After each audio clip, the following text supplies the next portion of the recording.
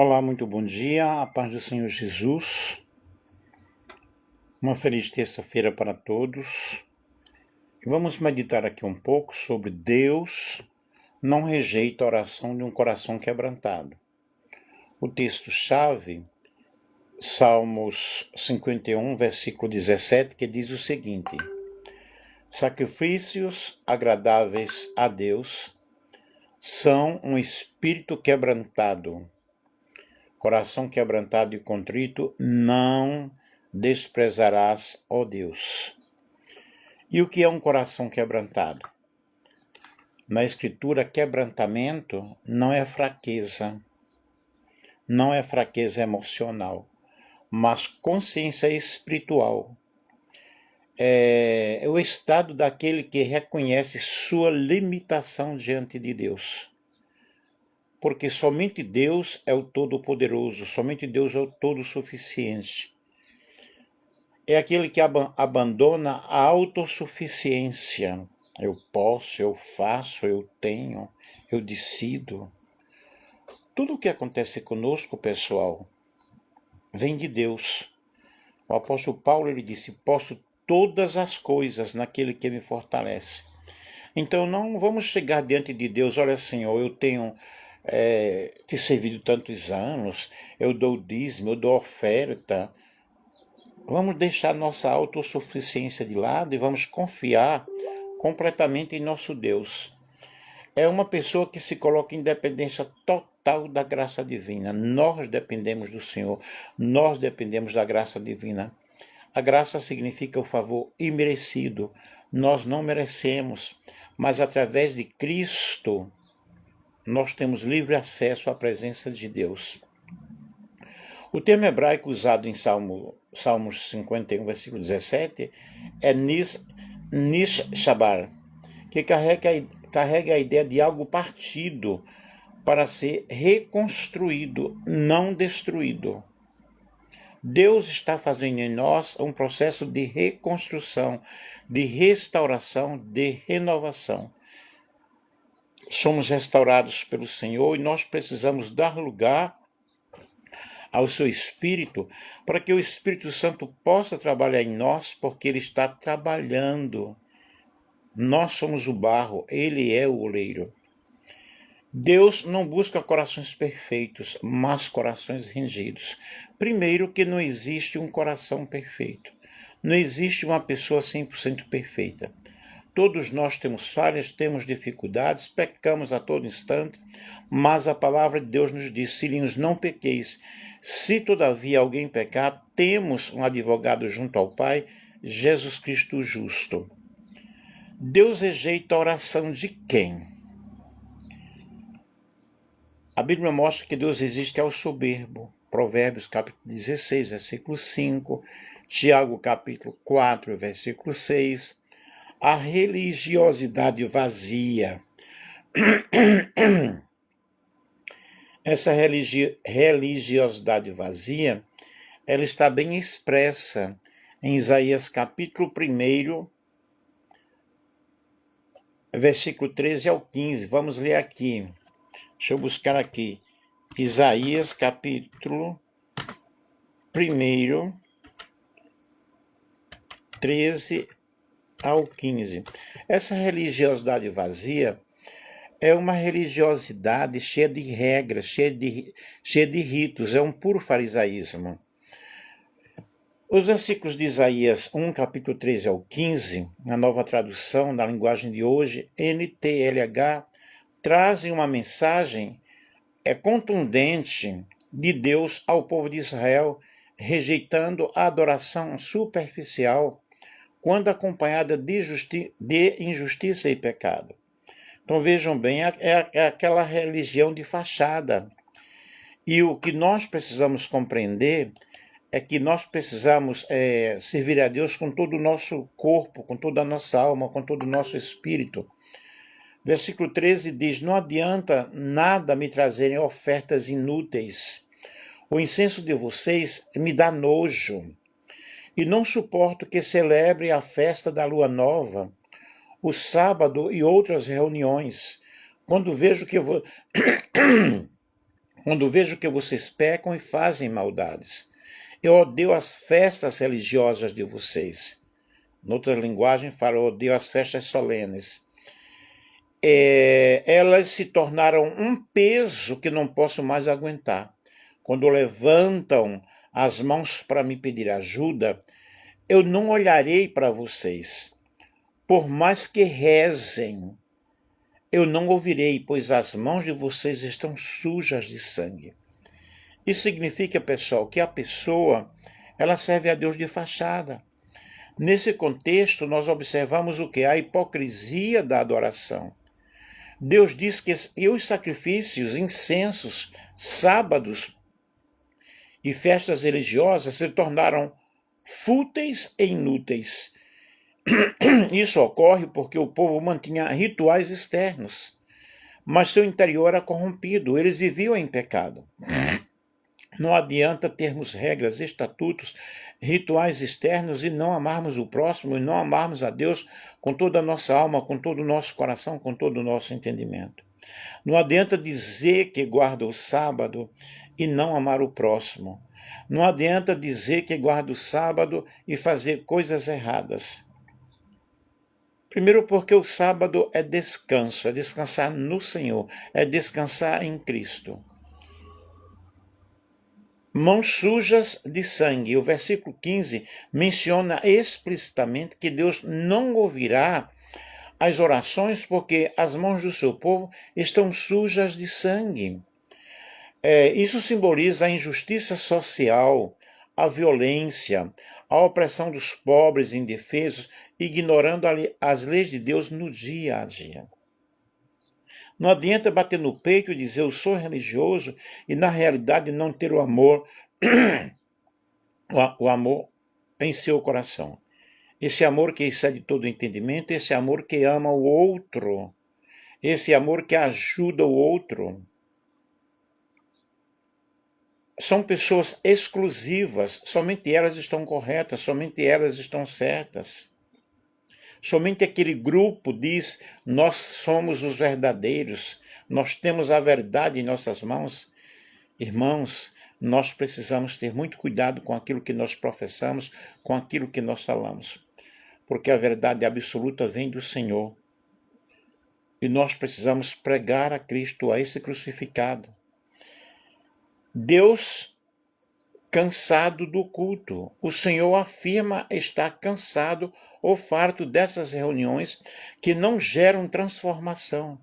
Adoração sem santidade e obediência é detestável para ele.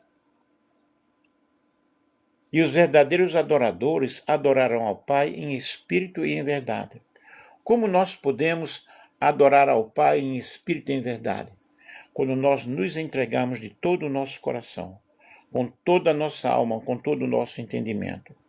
Aí nós temos a chamada ao arrependimento. Embora severo, esse trecho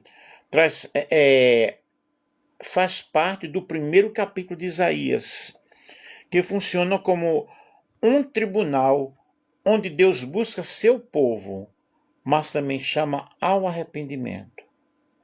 E nós vemos que vem dos versículos seguintes, versículo 16 ao 18, visando uma mudança de caráter, visando uma mudança de comportamento. O que isso nos ensina hoje? A adoração não se limita ao culto. Ela se reflete nas nossas atitudes diariamente. E Deus, ele prefere a justiça e a retidão à religiosidade vazia. A verdadeira adoração exige um coração sincero, mãos limpas, mãos que agradam realmente ao Senhor. Então vejam que Deus, ele rejeita essa religiosidade vazia. A oração sem arrependimento. Nós precisamos nos arrepender na presença do Senhor.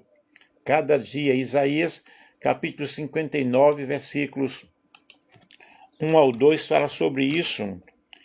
E como que nós podemos nos arrepender diante do Senhor? Isaías 59, 1 a 2, destaca que a falta de resposta divina não se deve à fraqueza de Deus isto é, a mão encolhida de Deus, ou surdez, mas sim ao pecado humano. As iniquidades, elas agem como uma barreira que separa o homem de Deus, impedindo a oração e ocultando o seu rosto. O texto convida-nos ao arrependimento para remover essa separação. Os nossos pecados nos separam do Senhor. Versículo 1 afirma que a mão do Senhor é forte para salvar e seus ouvidos atentos para ouvir. Deus está atento para a nossa oração. Versículo 2 explica que os pecados e iniquidades causam separação entre o povo e Deus, fazendo com que ele esconda o seu rosto. E o contexto, o capítulo trata da queixa do povo sobre a ausência de Deus. E a resposta profética coloca a responsabilidade nas atitudes humanas e na necessidade de arrependimento, focando em restaurar a comunhão. É o que precisa acontecer conosco, restauração. E as traduções mais comuns, Almeida, NVI, NTLH, enfatizam que o poder de Deus permanece, mas o pecado cria na realidade uma grande barreira espiritual. E nós precisamos destruir essa barreira. Mas Deus rejeita esse tipo de oração, né? Porém, Deus não rejeita o coração sincero. Quando chega diante da presença dele, derrama-se diante do altar do Senhor, se humilhando com oração, e a palavra de Deus diz que se este povo que se chama pelo meu nome se humilhar, orar, buscar a minha face, Deus ele vai atender a nossa oração. Deus nunca rejeita a oração daquela pessoa aflita que clama a ele, o quebrantado que se humilha. Assim diz o alto e sublime: habito no alto e santo lugar, mas habito também com o contrito e abatido de espírito. Isaías 57 e o versículo 15. E essa habitação de Deus é morar. Isaías capítulo 57 e o versículo 15 fala justamente essa habitação de Deus na vida da pessoa, na vida daquele que busca o Senhor, na vida daquele que busca a presença do Senhor. Isaías 57, 15 descreve Deus como alto e sublime, habitante da eternidade e santo, que apesar de sua majestade, que apesar de sua grandeza, habita com o contrito e abatido de espírito. O objetivo divino é vivificar o espírito dos humilhados e renovar o coração dos contritos, oferecendo conforto, esperança e novas forças. E aqui nós vemos aqui estão os pontos principais sobre este versículo, a natureza de Deus. Ele é descrito como alto e sublime, mas que habita na eternidade e cujo nome é santo, mas que está em nossas vidas, está em nossos corações. O habitar divino, Deus habita em um alto e santo lugar, mas também habita com o contrito, com o abatido de espírito. E o propósito aqui é a presença de Deus em nos dar vida, em vivificar o espírito dos abatidos e o coração dos contritos, em restaurar, em fazer de nós um vaso novo, uma nova criatura. E a promessa, Deus promete não permanecer irado para sempre, para que o espírito do homem não esmoreça, mas que seja fortalecido dia após dia, momento após momento. O versículo destaca o paradoxo da grandeza de Deus, que está acima de tudo, mas se inclina para estar com aqueles que são humildes, que são contritos de coração. Louvado seja o nome do Senhor. E que nós possamos nesta manhã entender o que Deus está falando conosco. Esta mensagem nos fala da transcendência de Deus. Ele é alto e sublime, vive além do tempo, habita a eternidade, mas isso mostra que Deus é infinitamente maior que nossos problemas, que a própria criação. Nós temos aí também a imanência de Deus. Apesar de sua grandeza, ele não é distante. O texto diz que ele habita também com aquele abatido de espírito. Ele escolhe estar perto de quem reconhece a sua própria limitação e necessidade. E aqui nós temos o quê? Nós temos o propósito desse encontro. Deus não se aproxima apenas para observar, mas para vivificar, dar vida, dar força, renovar, restaurar, fazer com que essa pessoa ela possa compreender que Deus está distante, mas também está perto. E ele habita em nós, habita em nossos corações. É um contraste poderoso. O Deus que governa o universo é o mesmo que se inclina para cuidar de um coração ferido. E quando Deus ele se inclina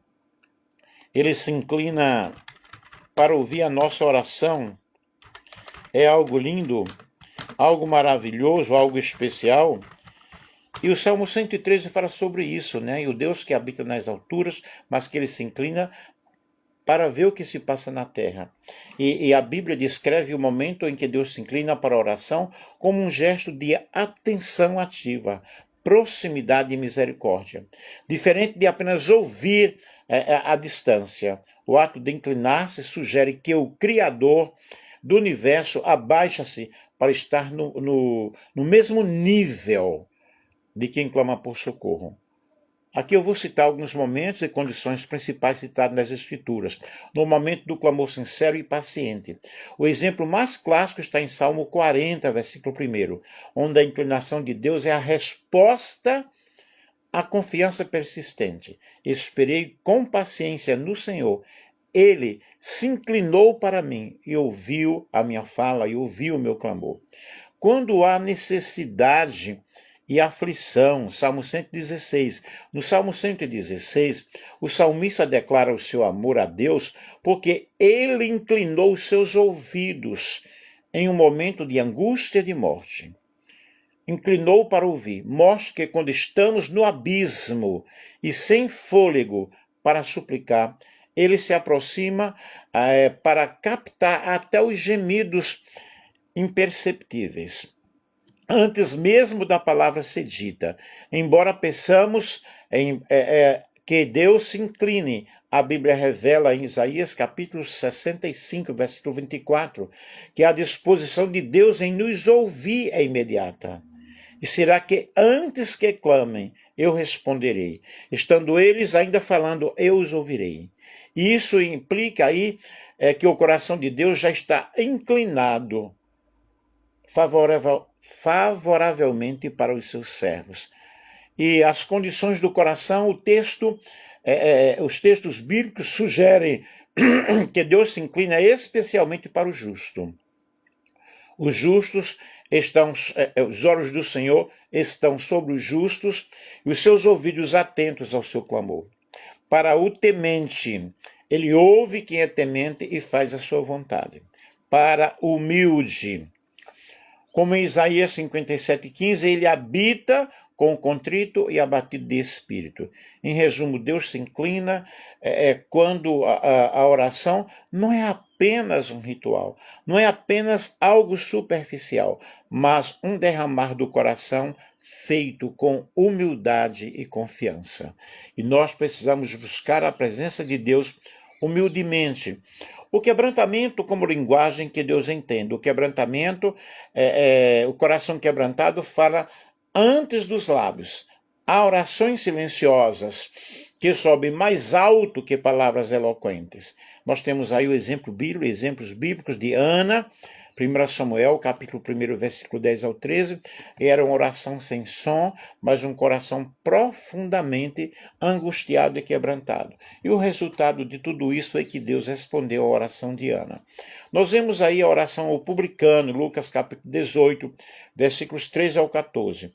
Não ousava levantar os olhos, mas batia no peito, e ele saiu justificado, não rejeitado. Jesus deixa muito claro, a postura do coração pesa mais que a forma de oração.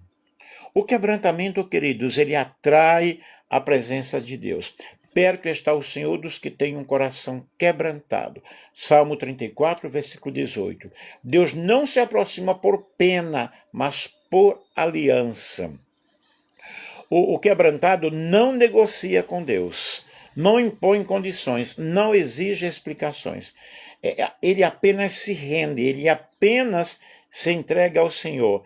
E essa rendição move realmente os céus. O quebrantamento revela uma fé madura. Paradoxalmente, o coração quebrantado não é sinal de derrota, mas de uma fé profunda, de uma fé confiante, de uma fé consistente. Fé que confia mesmo ferido. Fé que, mesmo ferida, né, ou ferido. Fé que ora mesmo sem respostas. Fé que submete sem entender. Aquele, ainda que ele me mate, nele eu esperarei. Jó capítulo 13, o versículo 15. Aí nós vemos aqui sobre Jesus e o coração quebrantado. Jesus veio para os quebrantados, não para o autossuficiente.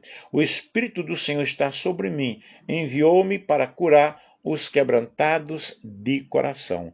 Lucas capítulo 4, versículo 18.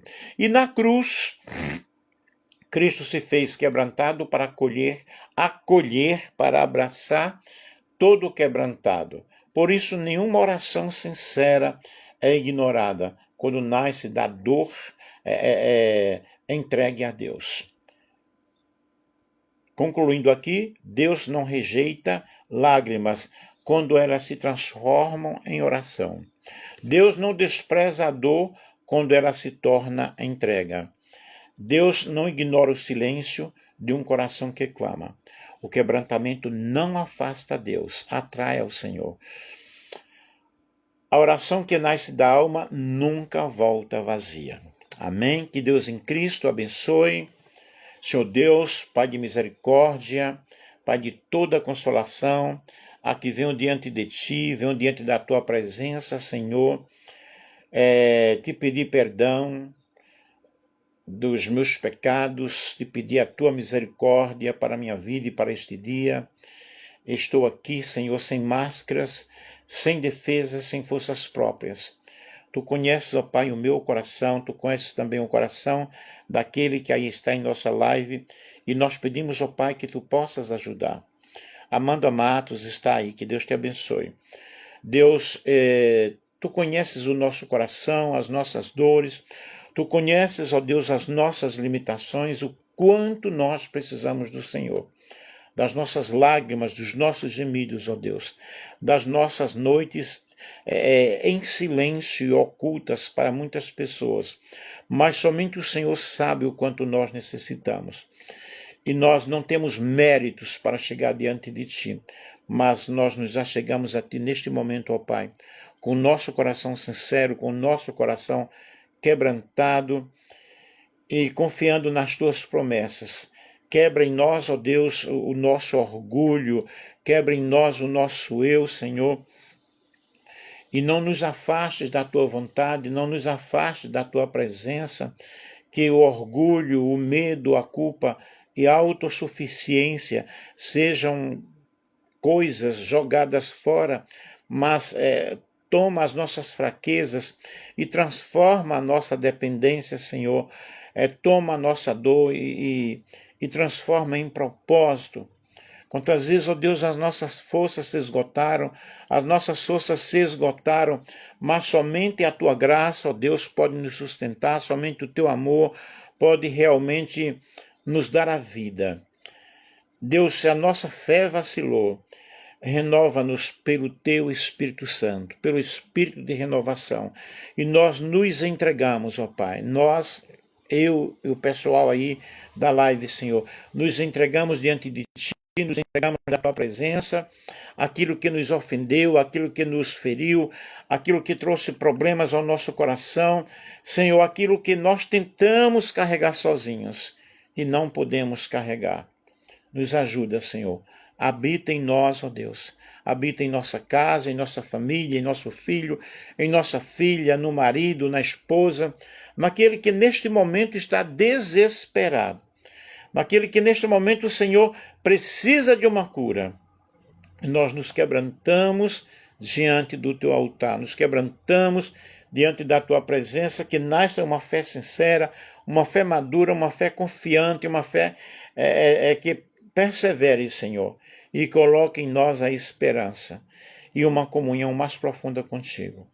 Deus, nós confiamos em Ti, entregamos a Ti a nossa oração, que a nossa oração chegue diante do Teu trono, ó Deus, que a nossa dor, que foi ignorada por tantas pessoas, nosso problema que foi ignorado por tantas pessoas, as nossas lágrimas, mas diante de Ti, elas chegam como um sacrifício suave diante da Tua presença. Pai, eu peço por cada vida aí presente nesta live, pessoas que evidentemente estão angustiadas, desesperadas, mas que precisam do Teu amor, precisam da Tua misericórdia, precisam da Tua compaixão. Eu, Senhor, preciso muito de Ti, preciso muito do Teu amparo. Que portas sejam abertas para todos aqueles, ó Pai, que estão angustiados, desesperados por uma porta de trabalho. Que a cura chegue a este lar, chegue a esta vida, e que estas palavras que eu falei aqui, Senhor, tenham falado ao coração de cada pessoa, de cada vida. Eu faço esta oração, Senhor, pedindo a Ti a Tua grande misericórdia sobre nós. Ajuda-nos em nossas fraquezas. Ajuda-nos, ó Deus, em nossas necessidades. Deus, que as nossas diferenças não nos afastem de Ti, mas pelo contrário, que nós possamos nos achegar diante de Ti. Pai, em nome de Jesus, aquele que levou as nossas dores e que conhece o nosso coração. Amém? Que Deus abençoe a todos vocês de uma forma toda especial e que você possa, nesse momento, realmente se render ao Senhor e dizer: Senhor, eu estou aqui diante de Ti, eu estou aqui diante da Tua presença. E vamos todos juntos, já que todos conhecem a oração Pai Nosso que estás nos céus, santificado seja o vosso nome. Venha a nós o vosso reino. Seja feita a vossa vontade, assim na terra como nos céus. O pão nosso de cada dia nos dá hoje. Perdoa-nos as nossas ofensas, assim como nós perdoamos a quem nos tem ofendido. E não nos deixes cair em tentação, mas livra-nos do mal, porque Teu é o reino, o poder e a glória, para sempre. Amém. Gente, quando você faz esta oração, os pontos principais desta oração, estou terminando aqui, é o reconhecimento. Reconhecer Deus como Pai e a sua santidade. Também a vontade divina é colocar a vontade de Deus acima da própria vontade. E necessidades, pede o sustento diário e o perdão dos pecados. E também o perdão, que enfatiza a necessidade de perdoar os outros, e a proteção, que pede livramento contra a tentação e contra o mal. Portanto, que Deus em Cristo abençoe a todos vocês. Muito obrigado por terem nos acompanhado aí nessas reflexões, ok? Eu faço lives todos os dias, eu tenho um ministério online de pregação, e Deus tem abençoado muitas pessoas que têm nos seguido, muitas bênçãos têm acontecido. As minhas lives, elas geralmente são baseadas em temas muito importantes, com base científica, porque eu faço um artigo científico dos meus assuntos. Eu pesquiso, tenho em PDF todas as minhas lives. Se alguém quiser, pode nos procurar no privado que nós enviaremos. E tem o canal no YouTube, que é Nelson Alves de Andrade. Lá vocês podem assistir todas as minhas lives, ok? Que Deus abençoe a todos vocês, uma feliz terça-feira. Ore por mim, porque eu também preciso muito de oração. Inclusive, pessoal, eu fui operado em em setembro desse olho aqui de cataratas, e quando foi em novembro, dia 26, eu fui operar desse, mas fiquei na mesa de cirurgia porque não tem anestesista. Estou preocupado porque até agora não me chamaram. Orem para que Deus possa agilizar esse processo, ok? Um beijo para todos vocês e um dia maravilhoso. Amanda Matos, você entrou aí, que Deus te abençoe.